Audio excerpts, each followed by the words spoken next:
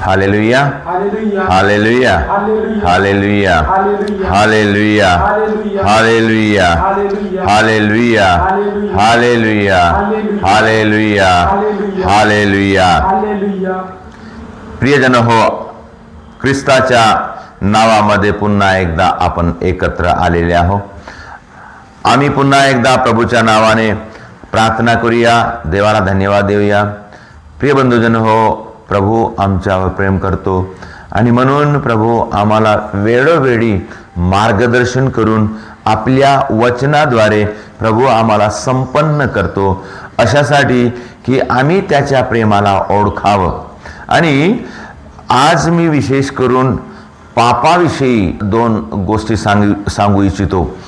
आम्हाला माहीत आहे आम्ही देवाचे लेकरे आहोत आणि आम्हाला देवाने बनवलेलं आहे आणि देवाच्या लेकरांनी प्रभूची प्रार्थना केली पाहिजे आणि विश्वास ठेवला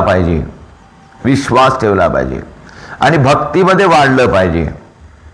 आणि जेव्हा आम्ही विश्वास ठेवतो, भक्तीमध्ये वाढतो, देवाच्या प्रेमामध्ये वाढतो, तेव्हा आमच्यावर कोण हमला करत आहे किंवा आम्हाला त्या प्रभूच्या प्रेमापासून कोण दूर नेत आहे त्याच्याकडे सुद्धा आपण लक्ष ठेवलं पाहिजे. आम्ही भक्ती करतो, आम्ही देवावर प्रेम करतो, ख्रिस्ताच्या प्रेमामध्ये वाढतो, परंतु ह्या सर्व गोष्टीला अडथळा आणणारा कोणीतरी आहे. या सर्व गोष्टीला आमच्या जीवनामध्ये रुकावट करणारा कोणीतरी एक आहे. त्याच्याकडे आपण लक्ष केलं पाहिजे. म्हणजे सर्वात महत्त्वाचं म्हणजे आमच्या जीवनात येणारं पाप आम्हाला देवापासून दूर करते. आणि मग आम्ही पाहतो मग हे पाप आहे तरी काय पाप.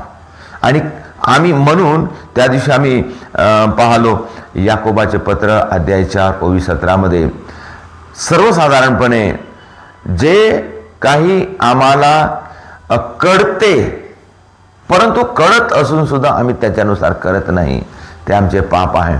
जे देवाने आम्हाला आज्ञा दिलेली आहे ते आज्ञा आम्ही ओळखतो, आम्ही समजतो, आम्हाला माहीत आहे, परंतु त्या आज्ञेनुसार आपण करत नाही, तर आम्ही पापात पडतो. तर मग बंधू आणि भगिनीनो, आमची इच्छा आहे ते करायची, परंतु आम्हाला कोणीतरी करू देत नाही किंवा करण्यासाठी बंधन टाकते किंवा करण्यासाठी रुकावट आणते किंवा आम्हाला प्रलोभन देते. तर ते काय आहे आपण पाहूया. प्रिय बंधूजनो, रोमकरास पत्र अध्याय 8:13 आणि 14 आम्ही अशा प्रकारे वाचतो. कारण जर तुम्ही देह वासनेप्रमाणे जगाल तर तुम्ही मरणार आहात. जर तुम्ही देह स्वभावाप्रमाणे जगाल तर तुम्ही मरणार आहात. परंतु जर तुम्ही आत्म्याने शरीराची कर्मे ठार मारावी तर तुम्ही जगाल. Hallelujah, hallelujah. पुन्हा एकदा वचन वाचूया प्रिय बंधू आणि भगिनीनो. कारण जर तुम्ही देह स्वभावाप्रमाणे जगाल तर तुम्ही मराल. देह स्वभावाप्रमाणे तुम्ही जगाल तर तुम्ही मराल. परंतु जर तुम्ही आत्म्याने शरीराची कर्मे ठार मारलीत तर जगाल. कारण जितक्यांना देवाचा आत्मा चालवित आहे तितके देवाचे पुत्र आहे. याच्यामध्ये एकदम स्पष्ट आहे प्रिय बंधू आणि भगिनीनो, आम्हाला पापामध्ये टाकणार आमचं शरीर, शारीरिक आमची इच्छा, शरीराचे गुण, शरीराचे कर्म, शारीरिक कर्म. आम्हाला शरीराप्रमाणे जर आम्ही जीवन जगलो, माझे शरीर काय म्हणते त्यानुसार जगलो तर आम्ही मरणार. म्हणून संत पौल आम्हाला म्हणणार मरणार म्हणजे काय? मरणार म्हणजे जरी आम्ही या शरीर रूपाने नाही मेलं तरी आमचा आत्मा मरणार, आम्ही मरणामध्ये जाणार. म्हणून प्रिय बंधू आणि भगिनींनो, वचन म्हणत आहे आम्ही शरीराच्या प्रेरणेने चालू नये. शरीराच्या प्रेरणेने चालणारा प्रत्येक व्यक्ती मरणार, तो शेवटात जाणार नाही. परंतु आत्म्याच्या प्रेरणेने चालला तर आम्ही जगणार. आमच्यामध्ये आत्मा आहे, या शरीरामध्ये आत्मा आहे आणि तो आत्मा देवाकडून आलेला आहे, देवाने दिलेला आहे आणि त्या आत्म्याच्या प्रेरणेने आम्ही चालावं म्हणून देव आम्हाला सांगत आहे. आत्म्याच्या प्रेरणेने आम्ही चालावं आणि तेव्हा आम्ही काय करतो, आम्हाला जीवन मिळते. आणि कारण जितक्यांना देवाचा आत्मा चालवत आहे ते सर्व देवाचे लेकरे आहेत म्हणून वचन सांगतो.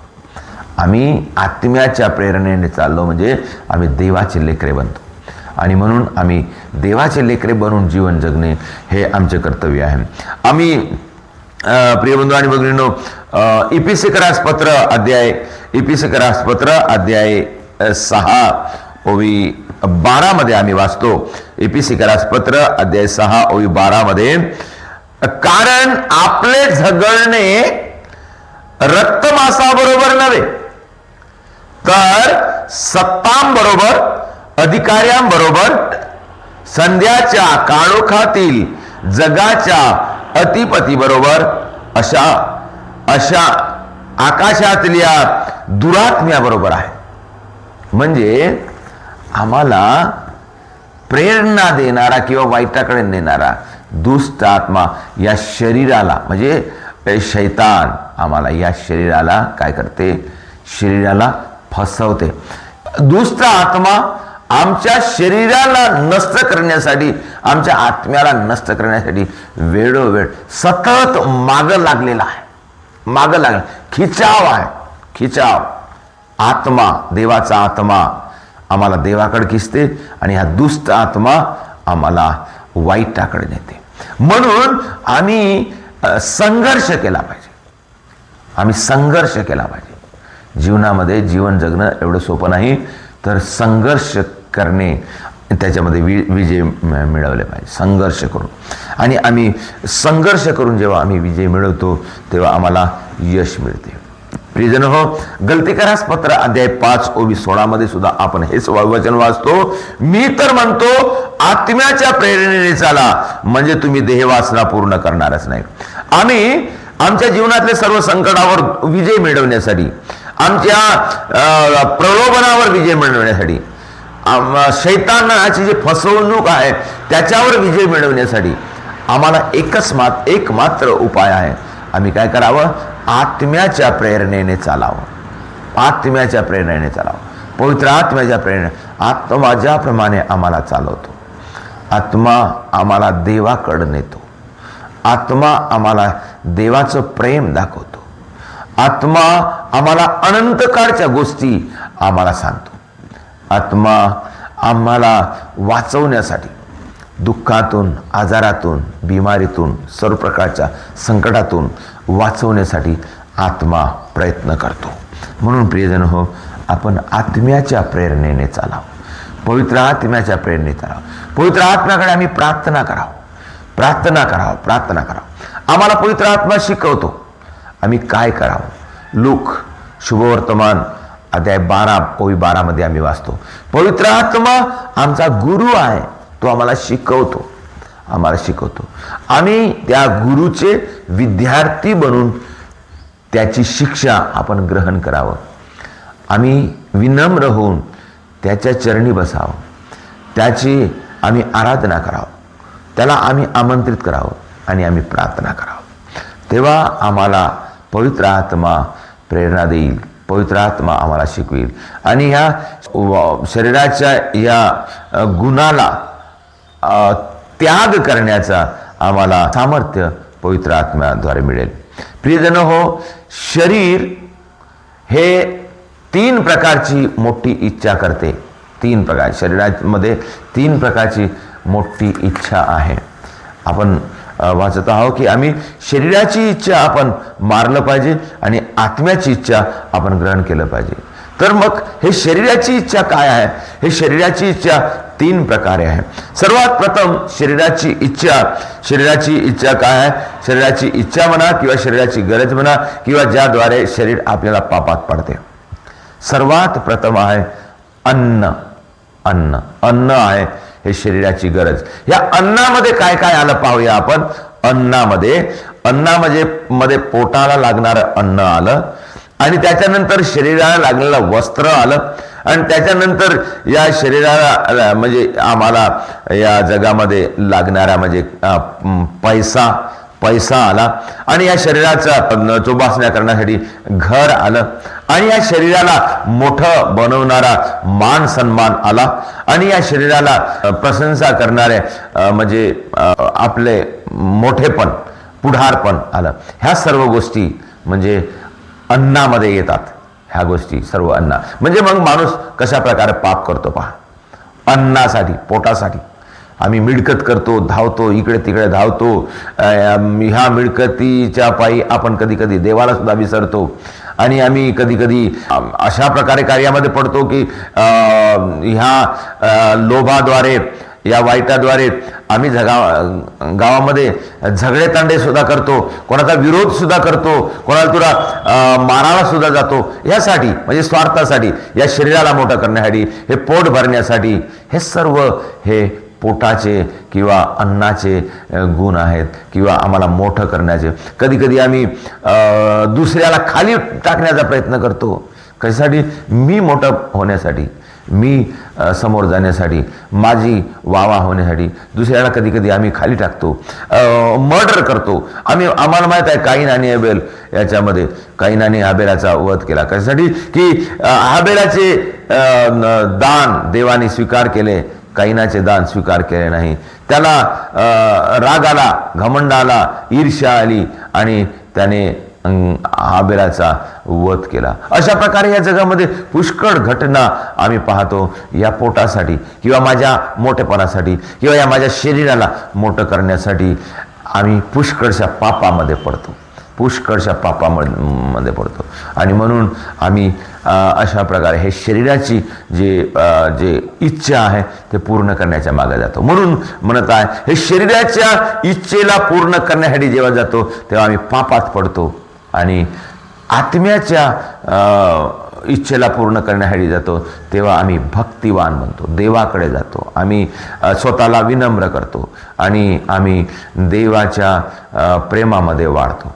आणि दुसरी शरीराची इच्छा आहे प्रिय बंधू आणि भगिनीनो, पहिली आहे शरीराचे अन्न आणि गरज, आणि दुसरी महत्वाची गोष्ट आहे की वासना. या शरीरामध्ये वासना, हे वासना हे एक देवाची देणगीच आहे, देवाने प्रत्येक मनुष्याला दिलेला आहे, परंतु त्याचा गैरवापर करण्यासाठी नाही, त्याचा गैरवापर करून त्याला नष्ट करण्यासाठी नाही, त्याचा चांगल्या प्रकारे देवाच्या गौरवासाठी उपयोग करण्यासाठी आमच्यामध्ये देवाने वासना दिलेली आहे. आणि आम्ही काय करत आहोत, माणूस काय करताय, मनुष्य काय करताय, ह्या वासनेद्वारे पापात पडत आहे. वासना आम्ही इकडे तिकडे पाहतो, गलत संबंध, गलत रिश्ते, एक दुसऱ्यावर अन्याय करणे, एक दुसऱ्याला छेडछाड करणे, किंवा वाईट संबंधामध्ये येणे, वाईट आपल्या कुटुंबातील लोकांना वाईटाकडे नेणे, बलात्कार करणे, वाईट संबंध करणे, कुटुंबाची तसनस करणे, हे सर्व वासनाचे गुण आहेत. वासना या शरीरामध्ये हा गुण आहे. तरी परंतु आम्हाला देवाच्या कृपेने त्याला आपल्या ताब्यामध्ये ठेवून, ज्याप्रमाणे घोड्याला आम्ही ताब्यामध्ये ठेवण्यासाठी लगाम लावतो, त्याप्रमाणे आम्ही आमच्या मनाचा ताबा आपल्या हातात घेऊन आम्ही याला आपल्या ताब्यात ठेवलं पाहिजे. म्हणतात मनाचा ब्रेक उत्तम ब्रेक. अशाच प्रकारे आमच्या मनामध्ये आपण ब्रेक लावावा, आणि ह्या वाईटापासून आपण दूर राहण्यासाठी आम्ही प्रयत्न करावा. हे वासना आहे, वासना वाईटाकडे नेते, आणि म्हणून आम्ही असं ठरवून टाकावं की हे पाप आहे आणि मी हे या पापामध्ये जाणार नाही. प्रियबंधू आणि भगिनीनो, हे शरीराची एक भूक आहे, ही शरीराची भूक आहे. शरीर त्याच्यामध्ये आकर्षण करते, इच्छा धरते, परंतु हे शरीराची भूक आम्हाला नाशाकडे नेते. आणि जे आत्म्याने आम्ही जेव्हा आत्म्याचा विचार करतो तेव्हा आत्मा आम्हाला पवित्रतेकडे नेते, आणि हा गुण पवित्रतेच्या विरोधामध्ये आहे. हे शरीराची वासना जो आहे आम्हाला अपवित्र करते, आणि आत्मा आम्हाला पवित्रतेकडे मार्गदर्शन करते. म्हणून प्रिय बंधू आणि भगिनींनो, आम्ही आत्म्याच्या प्रेरणेने चालावं आणि पवित्र जीवन जगावं आणि शरीराची जी वासना आहे त्याचा त्याग करावा आणि त्या त्याग करून आपण एक पवित्र जीवन जगावं. हे शरीराची दुसरी भूक. आणि प्रिय बंधू आणि भगिनींनो, आम्ही शरीराची तिसरी इच्छा किंवा तिसरी भूक आम्ही पाहतो ते आहे झोप. हे शरीर कधी कधी आम्ही प्रार्थना करताना आम्हाला हे झोप प्रार्थना करू देत नाही. कधी कधी आम्ही सकाळी लवकर उठतो म्हणून आपण झोपतो तेव्हा सकाळी झोप आम्हाला आमची उघडत नाही. कधी कधी आम्ही कोणत्याही कामामध्ये ज्यासाठी आम्ही तयारी करत राहतो तेव्हा आम्हाला आळस येते. ते काय आहे? हे झोपेमुळे. येशू ख्रिस्ताने आम्हाला म्हटलेलं आहे, जेव्हा गेत्सेमनी बागेमध्ये येशू शिष्यापासून दूर जाऊन पालथा पडून प्रार्थना करू लागला आणि त्याच्यानंतर तो शिष्याकडे येऊन पाहतो तर शिष्य झोपी गेलेले आहेत. येशूने त्यांना म्हटलं, तुम्ही परीक्षेत पडू नये म्हणून जागृत राहून प्रार्थना करा. प्रियजन हो, आम्ही जागृत राहून प्रार्थना करावं. हे झोप आमच्यामध्ये जे आहे ते झोप आम्हाला कधी कधी आळसी बनवते, देवापासून दूर नेते. आणि ह्या शरीराची एक गरज आहे, शरीराची गरज आहे, परंतु अति झोप म्हणजे हे आळस बनवते. आणि म्हणून आम्ही जागृत राहायला पाहिजे, जागृत राहून आम्ही प्रार्थना केलं पाहिजे. आणि जेव्हा जागृत राहून आम्ही प्रार्थना करतो तेव्हा आम्हाला या पापावर विजय मिळवता येते, वाईटावर विजय मिळवता येते. आणि हे शरीराची जे भूक आहे, जे झोप आहे, ते आम्हाला देवापासून दूर नेते. परंतु पवित्र आत्मा जो आम्हाला प्रेरणा देते ते आम्हाला पापापासून वाचवते, आम्हाला सुदृढ बनवते, आम्हाला विश्वासी बनवते आणि देवाच्या जवळ नेते. प्रियजन हो, आमच्या जीवनामध्ये आम्ही ठरवून टाकावं की आम्ही कधी पाप करू नये. आणि पाप करू नये असं फक्त म्हणण्याने होणार नाही, तर आपण निश्चय केला पाहिजे की मी माझ्या जीवनामध्ये पाप करणार नाही. मी जेव्हा देवाची भक्ती करतो तर मग मी पाप करणार नाही. मी देवावर विश्वास ठेवतो तर मी पाप करणार नाही. मी देवाची प्रार्थना करतो तर मी पाप करणार नाही. आपण ठरवून टाकावं. प्रियजन हो, आम्हाला माहित आहे एक लहानसा संत डॉमिनिक सावियो म्हणून एक लहानचा 12 वर्षामध्ये तो मरण पावला. आणि त्याने जेव्हा त्याला समजूत आली, जेव्हा तो समजू लागला, प्रार्थना करू लागला, जेव्हा तो पाप काय आहे हे समजू लागला, तेव्हापासून त्याने निश्चय केला की मी माझ्या जीवनामध्ये सर्व काही करील पण पाप करणार नाही. आणि त्याप्रमाणे तो जीवन जगू लागला, त्याप्रमाणे तो जीवन जगू लागला. आणि म्हणून त्याने एकदा त्याला विचारण्यात आलं की आता तुला समजा असं म्हटण्यात आलं की तू 1 तासानंतर मरणार आहेस, तर तू काय करशील? तो म्हणाला, मी 1 तासानंतर मरणार असेल तरी मी जे काही काम करत आहोत तेच करत राहील. कारण काय आहे, मला विशेष मरणाची तयारी करायची गरज नाही. कारण मी प्रत्येक घटकेस, प्रत्येक मिनिटाला मी मरणासाठी तयार आहो. कारण काय, माझ्या जीवनामध्ये पाप नाही. ज्या व्यक्तीच्या जीवनामध्ये पाप नाही त्याला मरणाची भीती वाटत नाही. आणि म्हणून त्याने म्हटलं की माझं एका तासानंतर जर मरण येत असेल तरी पण मी जे काम करत आहे तेच करत राहील. खेळाचा वेळ आहे तर खेळतच राहील, प्रार्थनेचा वेळ आहे प्रार्थनाच करत राहील. कारण माझी सर्व तयारी झालेली आहे. कोणाची तयारी होते? मरणापासून भीती दूर करण्याची तयारी कोणाला? जो पाप करत नाही. प्रिय बंधूजन हो, आम्ही सर्व मानव दुर्बल आहोत, आम्हाला माहीत आहे. आम्ही वेळोवेळी आम्ही पाप करतो, पापात पडतो, आम्ही प्रलोभनामध्ये पडतो. परंतु आम्हाला हे शक्य कधी होते की आम्ही आत्म्याच्या प्रेरणेने आम्ही निश्चय करतो, आम्ही त्याच्यावर मात करण्याचा आम्ही प्रयत्न करून आम्ही जागृत राहून प्रार्थना करतो. आम्हाला त्याच्यावर विजय मिळवता येते. मी काहीही करील तरी पाप करणार नाही, पापामध्ये पडणार. म्हणून मी सुरुवातीला सांगितलं, आम्हाला जेवढं जास्त देवाच्या प्रेमामध्ये वाढण्यासाठी इच्छा आहे, देवासोबत जगण्याची इच्छा आहे, तेवढीच धडपड आम्ही पापापासून दूर राहण्यासाठी करावं. हे पापापासून दूर राहण्याचा प्रयत्न करणे म्हणजेच एक भक्ती आहे. एक भक्ती आहे. पापापासून दूर राहण्याचा पुरेपूर प्रयत्न करणे म्हणजे एक भक्तीचा मार्ग आहे. ते भक्ती आहे. जेवढी आम्ही प्रार्थना करून देवाजवळ आम्ही आपला वेळ घालवतो, तो एक चांगलाच वेळ आहे देवाच्या सोबत असा. आणि त्याचप्रमाणे जेवढा वेळ आम्ही पापापासून दूर राहण्यासाठी आम्ही झटतो आणि पाप करत नाही, ते एक आमच्या भक्तीचाच एक भाग आहे. म्हणून आम्ही भक्तीमध्ये राहून आम्ही पाप करू नये. आम्ही संत मरिया गोरेतीविषयी आम्ही ऐकलेला आहे. संत मरिया गोरेतीने सुद्धा अशाच प्रकारे निर्णय घेतला की मी कधी पाप करणार नाही. आणि तेव्हा एकदा